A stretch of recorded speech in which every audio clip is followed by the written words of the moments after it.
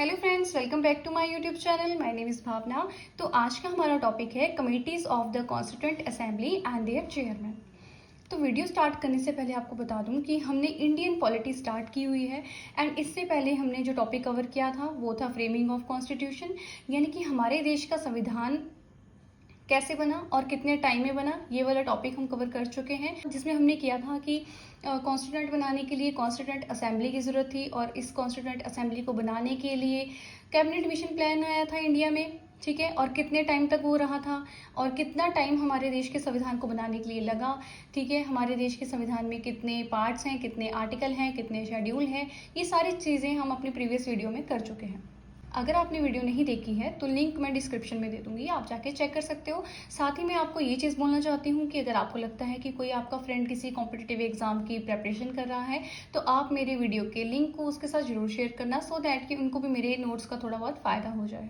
Committees of the constituent assembly and their chairman. अब देखो, ये टॉपिक भी अपने आप में बहुत ज़्यादा इंपॉर्टेंट है। जिस टाइम पे कॉन्स्टिट्यूएंट असेंबली बनी थी तो उस टाइम पे कुछ कमिटीज़ भी बनी थी वर्कलोड को कम करने के लिए। तो आज हम वही करने वाले हैं, कमिटीज़ के नाम देखने वाले हैं कि कौन कौन सी कमिटीज़ बनी थी एंड उनके चेयरमैन यानी कि उनके प्रेसिडेंट कौन थे। ये सारा कुछ आज की वीडियो में हम करने वाले हैं, क्योंकि यहाँ से भी डायरेक्ट क्वेश्चन आते हैं। आपको कमेटी का नाम लिखा हुआ आ जाएगा और आपको पूछ लिया जाएगा कि बताओ इसके चेयरमैन कौन थे, तो इसलिए ये टॉपिक भी इम्पॉर्टेंट है। तो सबसे पहले देखो, डॉक्टर राजेंद्र प्रसाद जो थे वो किन किन कमेटीज़ के चेयरमैन थे, सबसे पहले ये देख लेते हैं। तो पहला है committee on the rule of procedure. Second है steering committee. Steering committee important है, ये तो आप याद ही रख लेना कि इसके प्रेसिडेंट चेयरमैन कौन थे, डॉक्टर राजेंद्र प्रसाद थे।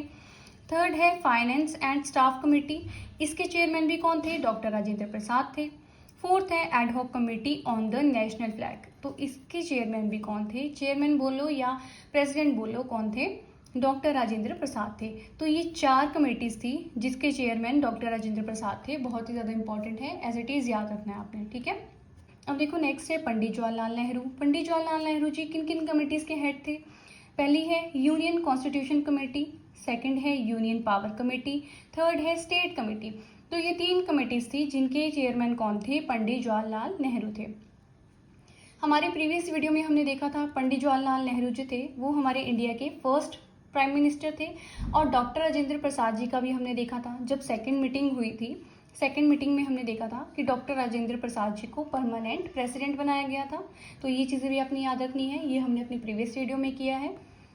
अब देखो पंडित जवाहरलाल नेहरू जी किन किन कमेटीज़ के हेड थे, उनमें देखो यूनियन आ रहा है। आगे जब हम और भी कमेटीज़ करेंगे ना तो वहाँ पे आपको यूनियन कहीं पे भी देखने को नहीं मिलेगा। तो यहाँ से आप याद रख सकते हो कि यूनियन जहाँ पे आ गया तो उस कमेटी के हेड कौन थे, Pandit Jawaharlal Nehru. Plus state committee के चेयरमैन भी पंडित जवाहरलाल नेहरू ही थे। नेक्स्ट है advisory committee on fundamental rights, minorities and tribal and excluded areas. इस कमेटी के हेड कौन थे या चेयरमैन कौन थे, सरदार वल्लभ भाई पटेल।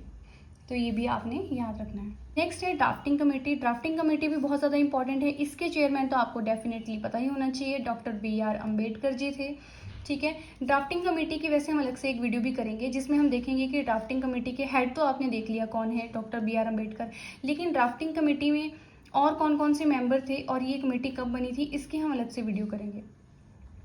नेक्स्ट है क्रेडेंशियल कमेटी। क्रेडेंशियल कमेटी के हेड कौन थे, अल्लादी कृष्ण स्वामी अय्यर। नेक्स्ट है हाउस कमेटी। हाउस कमेटी के चेयरमैन कौन थे, B पट्टाभाई सीतारमैया, ये चेयरमैन थे हाउस कमेटी के। तो ये भी आपको एज इट इज याद रखना है। 12th है order of business committee. Order of business committee के हेड कौन थे या चेयरमैन कौन थे, KM मुंशी। KM मुंशी थे चेयरमैन किसके, ऑर्डर ऑफ बिजनेस कमेटी के। अब आप सोचोगे ये सब हमने याद कैसे रखा है। देखो जब आप फर्स्ट टाइम पढ़ोगे ना तो आपको हो सकता है कि याद ना रहे, लेकिन जब आप इनकी बार बार रिवीजन करोगे ना, एक बार या 2 बार भी आप करोगे रिवीजन, तो आपको याद हो जाएगा कि कौन सी कमेटी के कौन से चेयरमैन थे। क्योंकि अगर आप किसी ट्रिक से इसको याद करने की कोशिश करोगे ना, ऐसे तो आप कितनी ही सारी ट्रिक्स बना लोगे, ठीक है।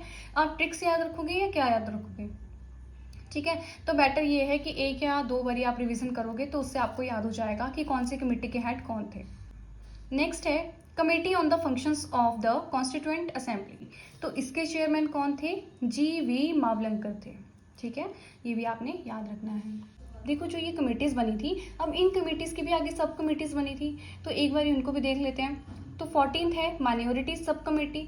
माइनॉरिटी सब कमेटी के चेयरमैन कौन थे? H.C. मुखर्जी। ये किसके चेयरमैन थे? माइनॉरिटी सब कमेटी के। नेक्स्ट है फंडामेंटल राइट सब कमेटी। अब फंडामेंटल राइट सब कमेटी के चेयरमैन कौन थे? J.B. कृपलानी। ये आपको एज इट इज याद रखना है। 16th है north east frontier tribal areas and Assam excluded and partially excluded areas sub committee. तो इसके चेयरमैन कौन थे? गोपीनाथ बारडोलाई थे।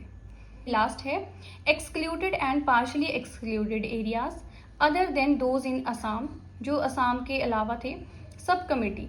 इसके चेयरमैन कौन थे? A.V. ठक्कर थे। तो आज का हमारा टॉपिक जो है वो कवर हो चुका है, जिसमें हमने देखा कि कौन कौन सी कमेटीज़ हैं और उन कमेटीज़ के चेयरमैन कौन हैं।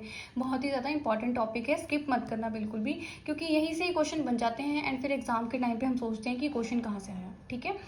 एंड देखो, वीडियो एंड करने से पहले मैं आपको एक चीज़ बोलना चाहती हूँ कि जब आप पढ़ रहे हो तो पढ़ने के साथ साथ नोट्स जरूर बनाना, क्योंकि बहुत ही ज़्यादा इंपॉर्टेंट होते हैं, खासकर तब जब एग्ज़ाम एकदम से आ जाए। तो आपको रिवीजन भी तो करनी होती है। रिवीजन कैसे करोगे? अगर नोट्स बने होंगे, नोट्स ही नहीं बने होंगे तो रिवीजन कैसे करोगे, है ना? बहुत मुश्किल हो जाएगा, क्योंकि आप कितनी ही वीडियोज़ ओपन करके उस टाइम पर देख लोगे। तो बेटर ये है कि वीडियो देखते देखते पढ़ने के साथ साथ आप नोट्स भी जरूर बनाओ। ठीक है। एंड अगर आपको मेरी वीडियो इन्फॉर्मेटिव लगती है तो आपको क्या करना है? लाइक करना है और मेरे चैनल को सब्सक्राइब करना है। तब तक के लिए धन्यवाद। मिलते हैं आपको नेक्स्ट वीडियो में।